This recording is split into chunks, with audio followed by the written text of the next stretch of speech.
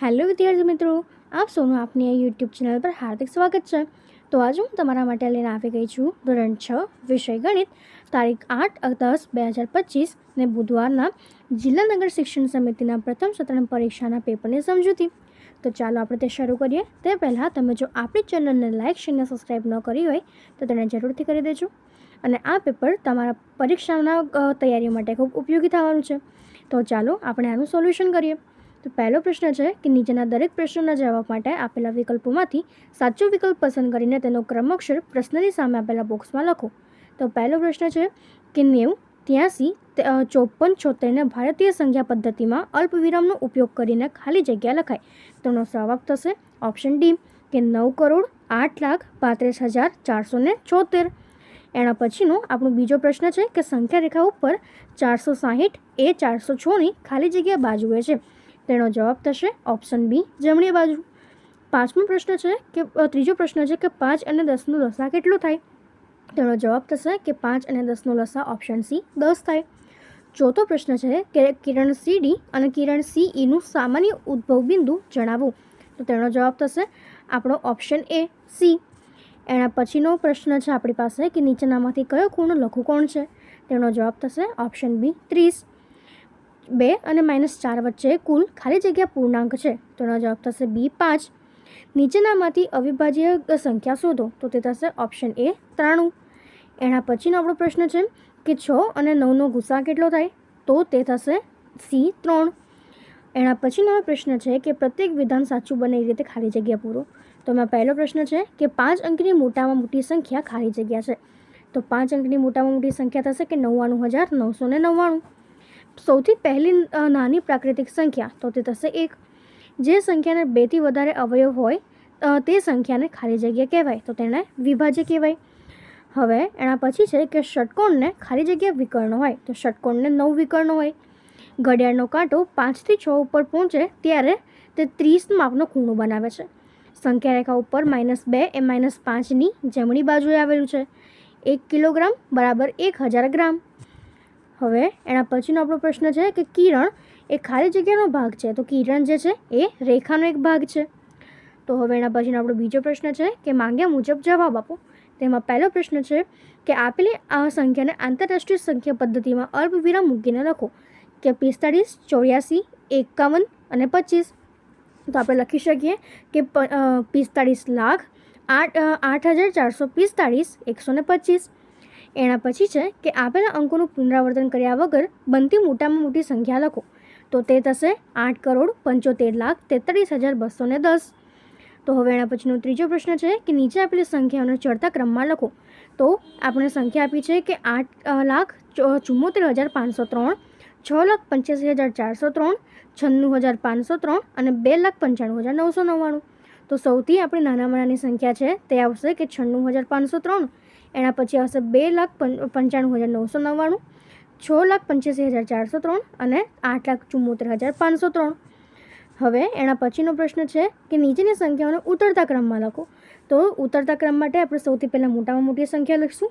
તો આપેલી સંખ્યાઓમાં આપણી પાસે મોટામાં મોટી સંખ્યા છે કે 8,63,999। એનાથી નાની સંખ્યા છે કે 5,55,648। પછી છે 99,507 અને 11,111।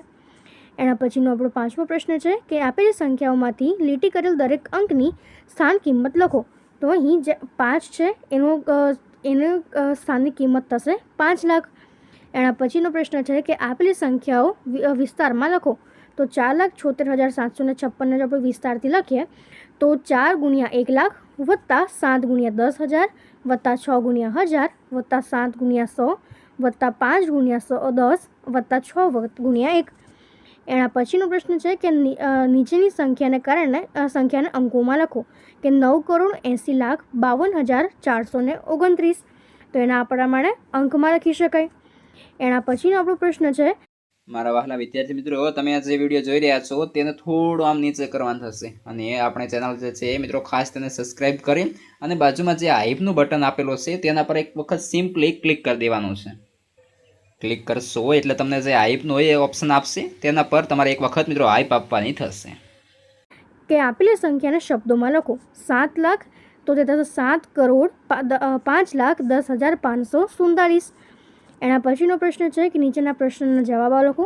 તો પહેલો પ્રશ્ન છે કે સંખ્યા રેખાનો ઉપયોગ કરીને સરવાળો મેળવો. 3 + 2. તો સૌપ્રથમ આપણે આ પ્રમાણે એક સંખ્યા રેખા દોરીશું. એના પછી કોઈ સ્થાન આપણે 0 લઈશું અને એની જમણી બાજુએ બધા ધન અને ડાબી બાજુ બધા ઋણ પૂર્ણાંક આવશે. એના પછી 0થી 3 એકમ દૂર એ આપણને 3 આપેલો છે અને એમાં 2 એટલે આપણે 2 એકમ આગળ ખસે તો તે આપણને 5 મળશે. એટલે 3 + 2 = 5 થશે. હવે એના પછીનો પ્રશ્ન છે કે સંખ્યા રેખાનો ઉપયોગ કરીને બાદબાકી મેળવો. તો 6 - 2. તો સૌપ્રથમ આપણે સંખ્યા રેખા દોરવાની છે. એના પછી કોઈ એક સ્થાન આપણે 0 લઈશું અને ત્યાંથી 6 એકમ દૂર એ આપણને 6 મળે છે અને એમાંથી 2 માઇનસ કરવાના છે એટલે આપણે 2 ડગલા પાછળ ખસશું તો આપણને તે 4 મળશે. તો માટે 6 - 2 = 4. એના પછીનો પ્રશ્ન છે કે નીચેની સંખ્યાઓની તરત આગળની અને તરત પાછળની સંખ્યા લખો. તો અહીં જે 5,85,98,502 છે તેની પહેલાંની સંખ્યા થશે કે 5,85,05,85,98,501 અને એના પછીની થશે કે 5,85,98,503. એના પછીની પ્રશ્ન છે કે નીચેની સંખ્યાઓની વચ્ચેની સંખ્યા લખો. તો આપણને આ બે સંખ્યાઓ આપી છે તેની વચ્ચેની સંખ્યા થશે 3,85,45,806. એના પછીનો આપણો પ્રશ્ન છે કે માંગ્યા મુજબ જવાબ આપો. તો એમાં પહેલું છે કે એક પાત્રમાં 5 લીટર છાશ છે. આ છાશમાંથી 50 મિલીની ક્ષમતાવાળા કેટલા ગ્લાસ ભરી શકાય? તો સૌપ્રથમ આપણે લખીએ કે પાત્રમાં રહેલી છાશ બરાબર 5 લીટર એટલે એને આપણે મિલીલીટરમાં ફેરવીએ તો 5 લીટર ગુણ્યા 1000 તો તે આપણને મળશે 5000 મિલીલીટર. તો એના પછી આપણને કહ્યું છે કે 50 મિલીલીટર ક્ષમતાવાળા કેટલા ગ્લાસ ભરી શકાય? તો આપણે લખી શકીએ કે 5000 ભાગ્યા 50 એટલે તે 100 થશે. માટે 50 મિલીલીટરની ક્ષમતાવાળા આપણે 100 ગ્લાસનું ભરી શકીએ. એના પછીનો આપણો પ્રશ્ન છે કે એક ફળોની ટોપલીનું વજન 5 કિલો અને 500 ગ્રામ છે. તો હવે આ ટોપલીનું વજન કેટલું થાય?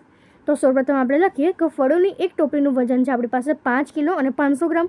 તો એને આપણે ગ્રામમાં ફેરવીએ તો 5 × 1000 + 500 ગ્રામ એટલે તે થશે 5500 ગ્રામ. તો આપણી પાસે આ ટોપલીનું વજન થશે કે 5500 × 8 એટલે તે આપણી પાસે થશે 44000. આમ 8 ફળોની ટોપલીનું વજન એ 44000 ગ્રામ એટલે કે 44 કિલો થશે. એના પછીનો આપણો પ્રશ્ન છે કે સંખ્યા રેખાનો ઉપયોગ કરીને આપેલું ગુણાકાર મેળવો. તો આપણને સંખ્યા આપી છે કે 2 × 3. તો સૌપ્રથમ આપણે 0થી 2 એકમ લઈએ અને આપણે 2ને 3 વખત ગુણશું તો તે આપણને મળશે 6. તો એનું જે 3 × 2 છે તે 6 મળશે. એના પછીનો ચોથો પ્રશ્ન છે કે 17ના પ્રથમ 4 અવયવી જણાવો. તો આપણે લખીએ કે 17ના અવયવી 17 × 17, 17 × 34, 17 × 51 અને 17 × 68. તો એના પ્રથમ 4 અવયવીઓ 17, 34, 51 અને 68 થશે. તો હવે એના પછીનો આપણો પ્રશ્ન છે કે આપેલી સંખ્યાને અવયવ વૃક્ષ વડે દર્શાવો.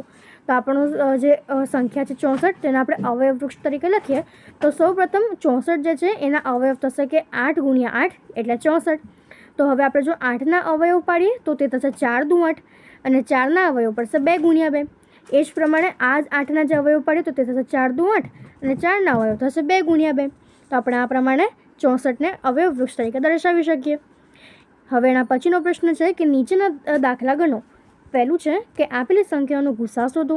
તો પહેલું છે કે 18, 24 અને 42.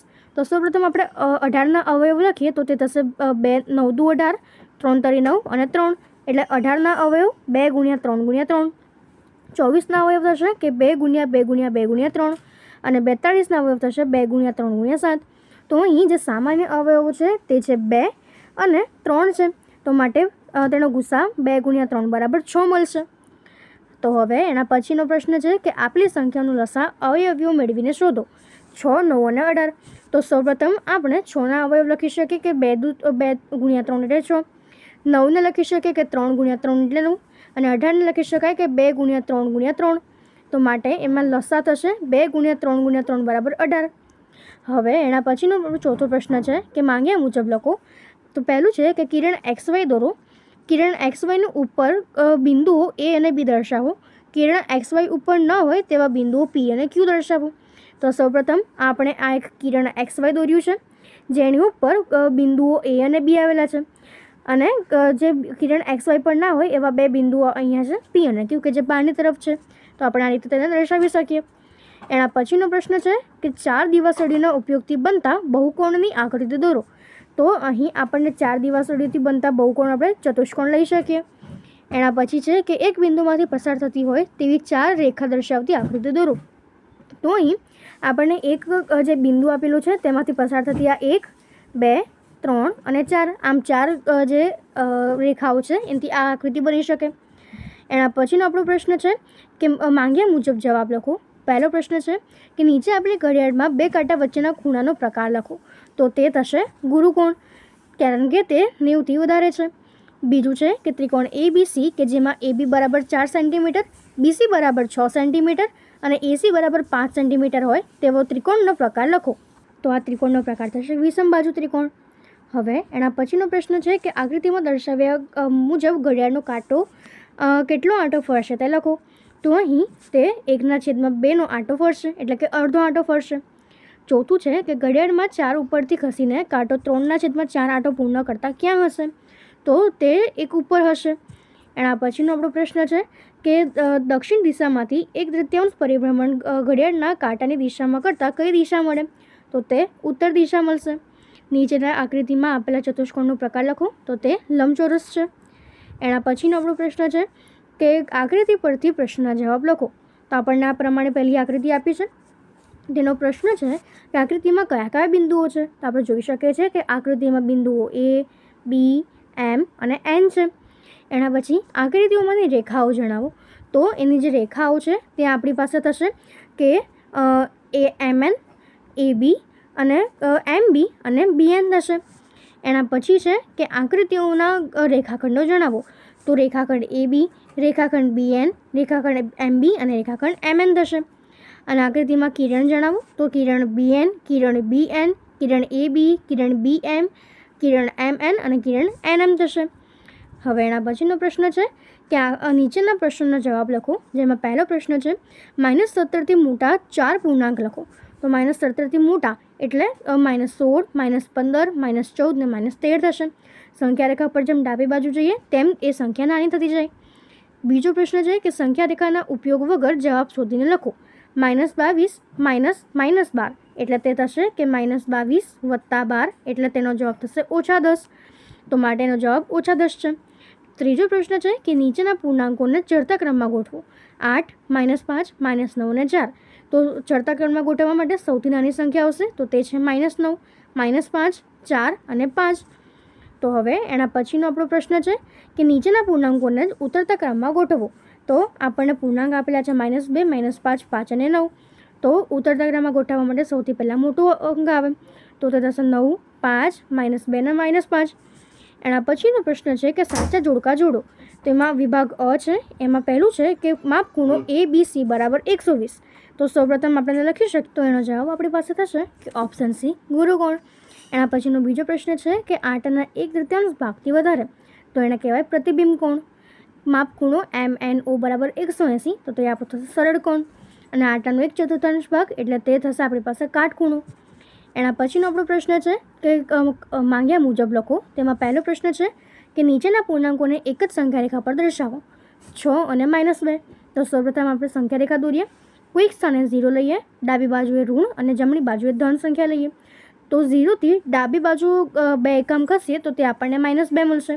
અને 0થી જમણી બાજુ 6 એકમ ખસીએ તો તે આપણને +6 મળશે. એના પછીનો પ્રશ્ન છે કે જોડમાં આપેલા સંખ્યામાંથી કઈ સંખ્યા આપેલી સંખ્યાની ડાબી બાજુએ આવે છે તે લખો. તો અહીં જે -77 છે એ -17ની ડાબી બાજુએ આવશે. એના પછીનો આપણો પ્રશ્ન છે કે સાચા 2 ક્રમિક પૂર્ણાંકો લખો કે જેથી વિધાન સાચું બને. તો આપણને પહેલું આપ્યું છે ખાલી જગ્યા ઇઝ લેસ ધેન ખાલી જગ્યા લેસ ધેન -8. તો આપણે લખી શકીએ કે અહીં જે -9 છે એનાથી -8 મોટો છે અને -10થી -9 મોટા છે. એટલે આપણે આવા 2 પૂર્ણાંકો લખી શકીએ. એના પછીનો પ્રશ્ન છે કે આપણે 5 પર છીએ, -3 પર પહોંચવા માટે કઈ બાજુ ચાલવું પડે? તો આપણે 5 પર હોઈએ અને -3 પર જઈએ તો તેને આપણે ડાબી બાજુ ચાલવું જોઈએ. તો અહીં આપણું આ પેપર છે પૂર્ણ થાય છે. જો તમને આમાં કોઈ ડાઉટ હોય તો કોમેન્ટ સેક્શનમાં જરૂરથી જણાવજો અને આપણી ચેનલને લાઇક, શેર અને સબસ્ક્રાઈબ જરૂરથી કરી દેજો. Thank you.